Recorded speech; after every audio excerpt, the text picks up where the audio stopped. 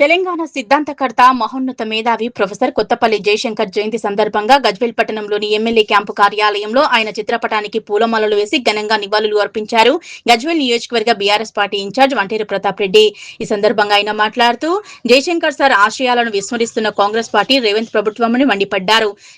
తెలంగాణ రాష్ట్ర సాధన కోసం తన జీవితాంతం పోరాడిన మహనీయుడు ప్రొఫెసర్ జయశంకర్ సార్ అని అన్నారు. ఆయన ఆశయాలను సాకారం చేస్తూ బీఆర్ఎస్ తెలంగాణ తొలి ముఖ్యమంత్రి కేసీఆర్ పాలనలో తెలంగాణ రాష్ట్రంలో రైతులు, మహిళలు, విద్యార్థులు, వృద్ధులు, దళితులు, గిరిజనులు, బీసీలు, మైనార్టీలతో పాటు అన్ని వర్గాల ప్రజల సంక్షేమం కోసం అనేక చారిత్రాత్మక సంక్షేమ అభివృద్ధి కార్యక్రమాలు అమలు చేశామన్నారు. తెలంగాణ ప్రజల ఆత్మగౌరవాన్ని నిలబెట్టిన పాలనను కేసీఆర్ అందించారని, జయశంకర్ కలలుగన్న స్వాభిమాన తెలంగాణ నిర్మాణానికి కేసీఆర్ కృషి చేశారన్నారు. రైతులు, నిరుద్యోగులు, మహిళలు, విద్యార్థులు సహా అన్ని వర్గాల ప్రజలను తీవ్ర ఇబ్బందులు ఎదుర్కొంటున్నారని మండిపడ్డారు. ఇచ్చిన హామీలు అమలు చేయడంలో చేతకాక పూటకో మాట మాట్లాడుతుంది, డైవర్షన్ రాజకీయాలు చేస్తుంది కాంగ్రెస్ ప్రభుత్వమని మండిపడ్డారు. జయశంకర్ ఆశయాలను కాపాడుతూ తెలంగాణ అభివృద్ధి, ప్రజల సంక్షేమమే లక్ష్యంగా బీఆర్ఎస్ పార్టీ నిరంతరం ప్రజల పక్షాన పోరాటం చేస్తుందన్నారు. ఈ కార్యక్రమంలో municipal chairperson Gangishetti Chandana Ravinder, vice chairperson Padmabai Narasingarao, Gajwel market committee మాజీ చైర్మన్ మాదా శ్రీనివాస్, మండల పార్టీ అధ్యక్షులు బెండా మధు, పట్టణ అధ్యక్షులు నవాజ్ మీరా, కౌన్సిలర్లు బొగ్గుల స్వప్న సురేష్, గోలి మమతా సంతోష్, కప్పు పోచయ్య, మాజీ ఎంపీపీ లతా రమేష్ గౌడ్, మాజీ కౌన్సిలర్లు గుంటుకు రాజు, మరికంటి కనకయ్య, నాయకులు పులబిరయ్య, అహ్మద్, పాల రమేష్ గౌడ్, స్వామిచారి, ఉమర్, కూరగాయల సాయి, కూరాకుల సాయి, ఏలా వెంకటేశం, మంగోల్, గ్రామ సర్పంచ్ కర్ణాకర్, మాజీ సర్పంచులు టేకులపల్లి శ్రీనివాస్ రెడ్డి, లక్ష్మపూర్ స్వామి, రవీందర్ రెడ్డి, గణేష్, బీఆర్ఎస్ పార్టీ నాయకులు, కార్యకర్తలు పాల్గొన్నారు. ప్రొఫెసర్ జయశంకర్ గారు 1969లో ఉద్యమాలలో ముందు వరుసలో ఉండి తెలంగాణ రాష్ట్రాన్ని సాధించుకోవడానికి ఆయనకున్నటువంటి జీవితాన్ని పణంగా పెట్టి ఆయన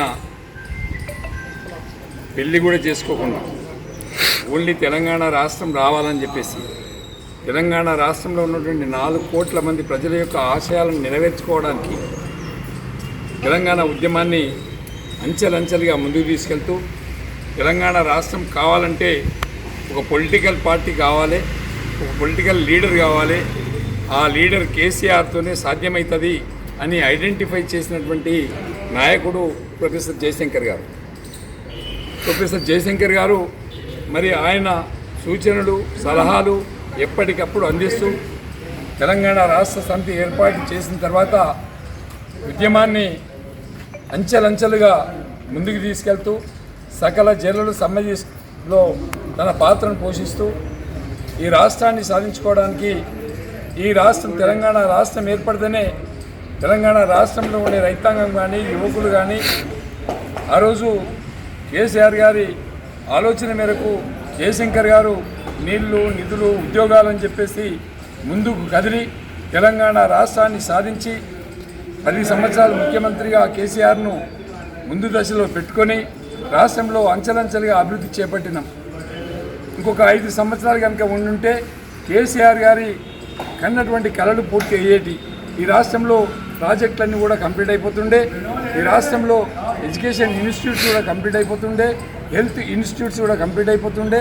అన్ని రకాల కేసీఆర్ గారు జయశంకర్ గారి ఆలోచనని ముందు వరుసలో పెట్టుకొని తీసుకెళ్ళినటువంటి విషయం మనందరికీ తెలిసిందే. మరి దురదృష్టవశాత్తు ఇప్పుడున్నటువంటి ప్రభుత్వం తెలంగాణ రాష్ట్రాన్ని మరి ఆంధ్రప్రదేశ్కి పణంగా పెట్టే ప్రయత్నం జరుగుతూ ఉంది. అటు కృష్ణా, గోదావరి జిల్లాలను మరి తెలంగాణ రైతాంగానికి అందకుండా ముందుకు ఆంధ్ర రాష్ట్రానికి వచ్చే విధంగా ప్రయత్నం జరుగుతూ ఉంది. కాబట్టి ఇవాళ తెలంగాణ రాష్ట్రాన్ని మళ్ళీ కాపాడుకోవాలి. తెలంగాణ రాష్ట్రం ముందుకు పోవాలన్నా, తెలంగాణ రాష్ట్రంలో ఉన్నటువంటి పెండింగ్ ప్రాజెక్టులన్నీ పూర్తి కావాలన్నా, తెలంగాణ రాష్ట్రంలో ఉన్నటువంటి ప్రజలకు వాళ్ళ యొక్క ఆకాంక్షలు నెరవేరాలన్నా మరి మళ్ళీ కేసీఆర్ గారు అధికారంలోకి రావాలన్నటువంటి ఆలోచన మనందరం కూడా చేయాల్సినటువంటి తరుణం ఇది. ప్రతి వ్యక్తి కూడా ఆలోచించండి, కేసీఆర్ గారి ప్రభుత్వం ఏ విధంగా ఉండే, కేసీఆర్ గారి యొక్క ఆలోచన విధానాలు ఏ విధంగా ఉండే, మరి ఆ రోజు తెలంగాణ రాష్ట్రం ఇంత ముందుకు వెళ్ళింది, మరి ఈరోజు తెలంగాణ రాష్ట్రం ఎట్లా వెనుకబడిందో ప్రతి వ్యక్తి కూడా ఆలోచించాలి. వ్యాపారవేత్తలు కావచ్చు, ఉద్యోగస్తులు కావచ్చు, నిరుద్యోగులు, విద్యార్థులు, ప్రతి వ్యక్తి కూడా ఆలోచించాల్సినటువంటి సమయం అని చెప్పి ఈ సందర్భంగా తెలియజేస్తా ఉన్నాం. జై తెలంగాణ, జై